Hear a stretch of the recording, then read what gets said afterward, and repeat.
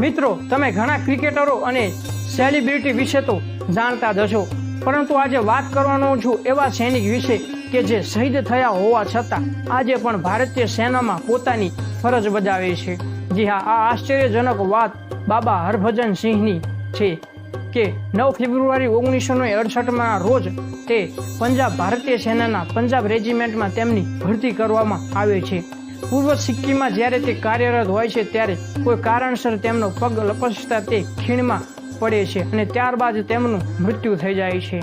અને પાણીના તેજ પ્રવાહના કારણે તે ઘટના સ્થળેથી 2 કિલોમીટર દૂર ફેંકાઈ જાય છે અને તે તેમના સૈનિક મિત્રના સ્વપ્નમાં આવે છે અને તેમના મૃતદેહ એટલે કે શરીર વિશેની જાણકારી આપે છે. ત્યારબાદ 3 દિવસ સુધી શોધખોળ કરે અને ત્યારબાદ જ તે જ જગ્યાએથી તેમનો મૃતદેહ મળે છે.